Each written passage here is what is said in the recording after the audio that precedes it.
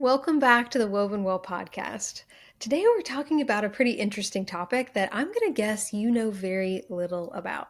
I know very little about it. I think most women know very little about it, even though that is going to be shocking because we're going to talk about vaginal health. We talk about hormones, periods, fertility, but we skip over this important area of female anatomy and health. So, we're going to talk with Dr. Sarah Pederson from Vera Fertility to give us the information that I think we need to know. She is a board certified OB-GYN who specializes in fertility, holistic medicine, and surgery.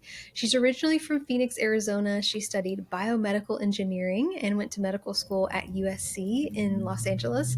She completed her OB-GYN residency at the University of Alabama at Birmingham, and then she moved to Denver where she's been practicing ever since. So she's been on our show before talking about specialty fertility tests that often get overlooked. So we'll make sure to link that in the show notes because you're going to want to listen to that. But we're thrilled to have her back again. Dr. Pederson, welcome to the show. Thank you, Caitlin. I'm going to jump right in and say that I think that the only thing that women know of as related to this is to be cautious of a yeast infection or maybe not to sit around in a wet swimsuit. You know what I mean? Like just these Yeah. little things that we've heard over the year, but we don't really have a comprehensive understanding of what vaginal health really is. So could we start there? Like what's healthy, what's not? Love that. The first thing I would say is you never want to think about your vagina. You always want it to feel excellent. So the four warning signs are pain, discharge, odor, and dryness. As far as pain, you never want your vaginal walls to hurt. You never want the outside, which we call the mons or the labia, to hurt. You want to be able to walk around, sit, stand, never have any pain, pressure vaginally.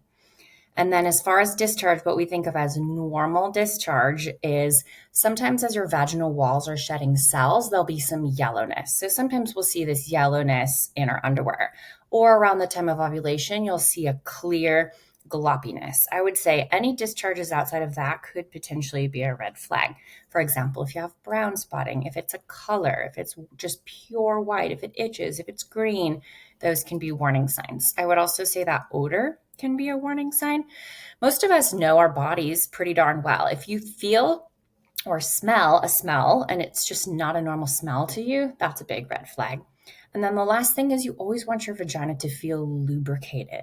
Not necessarily that you always are having so much lubrication that it's coming out as a discharge. But for example, during intercourse, during your regular life, you never want to feel that the walls are rubbing together. You always want to feel like it's moist. Mm. Those are really good clarifications because obviously we talk a lot about cervical mucus and Mm-hmm. we Mm-hmm. talk about maybe not on the podcast, but when I work with couples and clients, excuse me, we'll also talk about arousal fluid and things like that, what's normal and what's not. So it's really good to clarify the difference between cervical mucus and vaginal discharge and what's healthy and what's not. And certainly, if they're working with a fertility care practitioner, we can talk even more detail about those kind of things.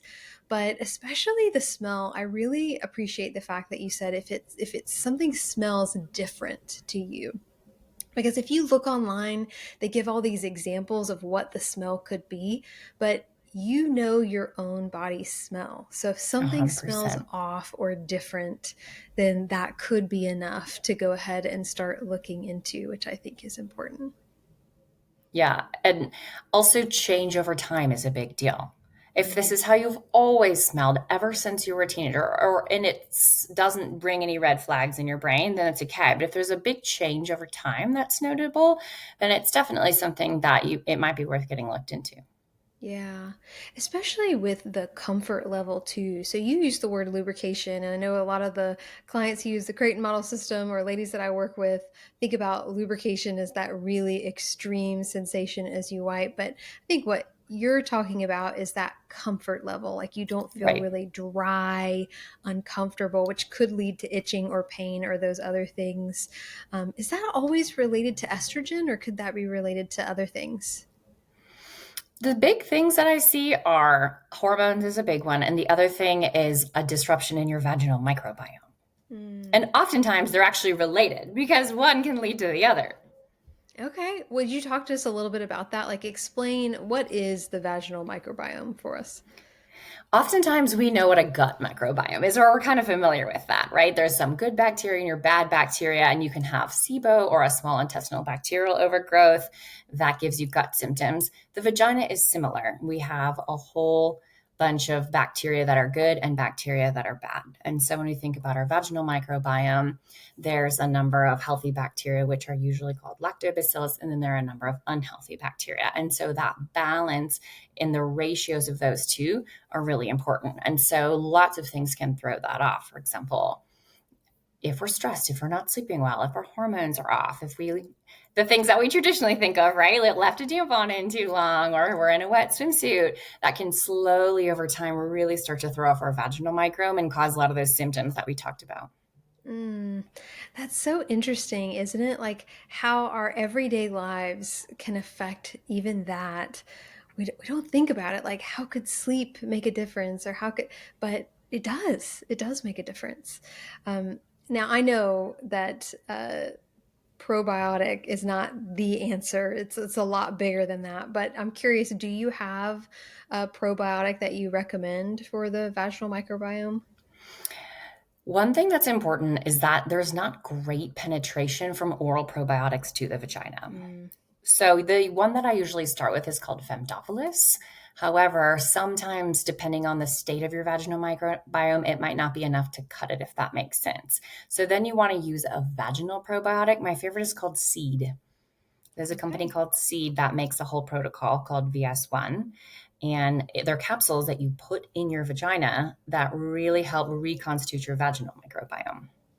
Okay, that is so good to know. And is that the kind of thing that you would say wouldn't hurt for anyone to do, or only if they have symptoms, that there could be something off with the vaginal microbiome? Would you recommend like talking with their doctor and starting a probiotic? I definitely wouldn't just do it to do it. If you're Yeah. feeling symptom free, I say that the vagina is a self cleaning oven. Like a healthy Mm, vagina should clean itself.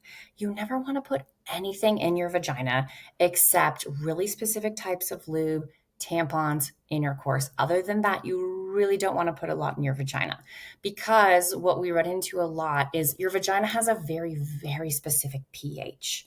So the different bacteria, they actually release certain acids and fluids and substances that set the pH of your vagina. If you throw that pH off, that's when the bad bacteria grow. So when we put things in our vaginas that don't have the same pH as our vagina, that can actually bring a huge nidus of infection. So for mm, example, you really don't want to be using coconut oil, or sometimes you'll hear like yogurt, or all kinds of different essential oils. You have to make sure whatever you're using is the same pH matched to your vagina.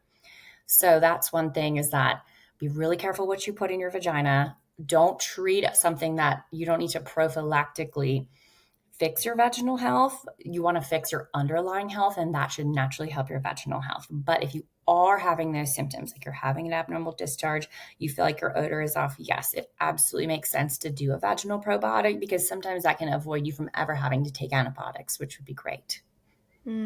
absolutely.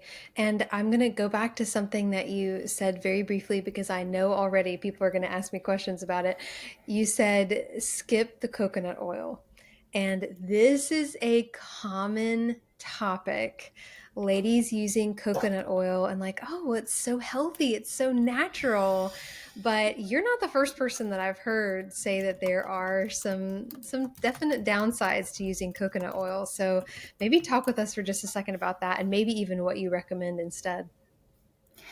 I think one thing is that, number one, you always want to know your body. Yeah. So if you say, Sarah, I've been using coconut oil for years, I've never had any problems, it keeps me lubricated. Okay, that's okay. However, coconut oil is not designed to have the exact same pH as our vaginas. Usually, Mm, our vaginas are actually a little bit more acidic than coconut oil is. And slowly over time, that can cause other, that growth, that really important growth that we talk about, of like those bad bacteria slowly overgrowing the good bacteria, because coconut oil is a little bit more basic than our normal vagina. And so there are certain bacteria that grow in that environment. The thing that I recommend is I tend to, of course, use fertility lubricants. So you want to Sure. make sure, and of course, I'm kind of anal about what I recommend and all that, as far as you want it to be fertility friendly and you want it to be paraben free. And then you want it to have the same pH as your normal vaginal microbiome. So those are the things that I really encourage people to look for when they're looking for a lubrication.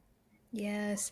And I think a lot of times I will recommend lubricants that are fertility friendly and they're like, "But we're not trying to conceive." I'm like, "I know, but it's about your overall health. Like those fertility friendly lubricants are designed to be the most natural, so to speak, replacement. And so it's still going to be better for you than getting something that is not thinking about fertility at all when they decide what ingredients to put into it. So, yeah, I'm glad to hear that. I know people are going to be interested in that, so I just had to go ahead and follow up on that. Yeah, and I think one thing about lubrication, to your point, is that the goal of some lubrications is not always to make your vaginal microbiome okay. Sometimes it's just to feel better or Sure. to support other things. But even I totally agree. If you're not trying to get pregnant, you still want to use fertility friendly lubricant because your vagina is connected to your cervix, connected to your uterus. So whether you want to be pregnant or not, you really, really want to keep your vagina healthy because it's connected to your whole, it's also connected to your bladder, your kidneys, it's connected to your whole urogenital system. So putting something healthy and safe in there is really important for the health of many of your other organs. Yes. Now, you mentioned the possibility of being able to prevent the need for antibiotics. And just so often, if we have any sort of vaginal symptom, we go into the doctor and we get put on antibiotics. So, could you walk us through, like, what are the situations where maybe you've caught it really early, or what are the ways or situations that we could potentially prevent antibiotics or not actually even need the antibiotics? I love that question. One thing that I think is important is to test your vaginal microbiome and see where you are. Because Mm, another huge thing that I see a lot is silent bacterial vaginosis, ureaplasma, mycoplasma, prevotella, bacteria that we've harbored in our vaginas for sometimes many, many years. And we don't really know because they don't cause so many symptoms that it gives us a huge red flag. So it does start just to have a sense of what your vaginal microbiome is doing. So I recommend doing an advanced vaginal microbiome test. The company I use that for people who aren't in our clinic is called EVY. great. So that would be a place that you start. And then if it comes back and you don't have any symptoms, but you could go ahead and treat some of those things, maybe it would prevent down the line issues. Is it that once you already have those symptoms, it's probably too far? Like you probably do need antibiotics at that point if you already have symptoms? Not necessarily. If they're Okay. mild, vaginal probiotics can be wonderful because even if you have an overgrowth and bad bacteria, if you support your natural microbiome, they'll naturally kill off the bad bacteria. But there are some cases where you have so much bacterial overgrowth, or you have ureaplasma, or you have specific types of bacteria that are really bad for your microbiome that antibiotics will help you. Of Yeah. course, I tend to be a really low antibiotic person. Like I have a holistic clinic, but as with all things, like there is a time where medicine really plays a role Yeah. because you take your antibiotics. And the great thing about vaginal health is that we can do vaginal antibiotics. So they don't even have to be oral and systemic.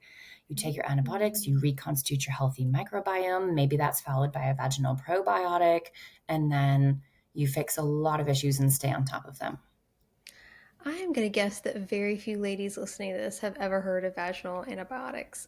Not that they're not out there, but you just think about, oh, if I have to take an antibiotic, it's going to be oral. It's going to affect my whole body. It's going to affect my gut health and gut microbiome. And I'm with you. I am not against antibiotics when you need them, but I certainly don't Hmm. think that we should be taking them just why not? Let's try it. Right, Let's for actually sure. try something else first. So I'm with you on that. It is perfectly reasonable to start with probiotics, see if it makes a difference, and then if you have to use antibiotics, use them later. Yeah, yeah, that's a really good point. So we've talked a little bit about lubricants and coconut oil, that sort of thing. You mentioned tampon use earlier. I always tell my ladies, make sure that you're changing it in less than 6 hours. Don't sleep in it. Don't wear one that's a higher absorbency than what you would actually need during that time. I also encourage ladies to use organic tampons. I mean, if it's going to be sitting inside your body soaking for hours, maybe make it organic. Do you have any other recommendations or suggestions for tampon use, or does that pretty much cover it? I Of course, it's very personalized. I think, yeah, we tend to, especially in our clinic, we tend to have very organic products. However, if you've been using something and it works for your body and it feels great in your vagina, you put it in, it doesn't hurt you, you take it out, it's easy to use, you feel comfortable with, it's perfectly fine. Yeah, that's Because great. I think one thing about organic tampons is that they tend to be very cotton ball esque. And so they shed a little bit easier than other type of tampons. Hmm. So if that's that feeling you doesn't isn't comfortable for your body, I would just say really, really listen to your body. Like And just what because something is organic, it doesn't mean that it feels good for you or it's good for you. So whatever feels the best is the best thing for your body. That's a good point because even in the organic tampon world, is just such a variety of types and experiences with them. And so you always have to kind of look around to find the one that suits you best. And then there's the whole world of menstrual cup. We've got a lot Right, of right. ladies using menstrual cups now. Period underwear is getting bigger and bigger. As far as vaginal health, do you see either one of those causing any problems or concerns? I think you just have to be careful that you're not introducing anything that doesn't have the same pH as your vagina. So if it requires a lot of work, you feel like you have to put your fingers up there a lot, that can throw off your vaginal microbiome. So I don't Mm. necessarily, if you want to use a Diva cup, lovely. If you want to use pads, if you want to use tampons, if you want to use period underwear, all of us have lighter, heavier periods, different needs for different things. But just make sure it's something that you're comfortable with and be aware of your anatomy. Like, be aware of what's normal, what's not normal, what feels good. Like, when you wear a tampon, when you wear a menstrual cup, it should feel perfect. It should never hurt your vaginal walls. It should never cause you any pelvic pain. It should never make your vagina feel more stressed or under pressure.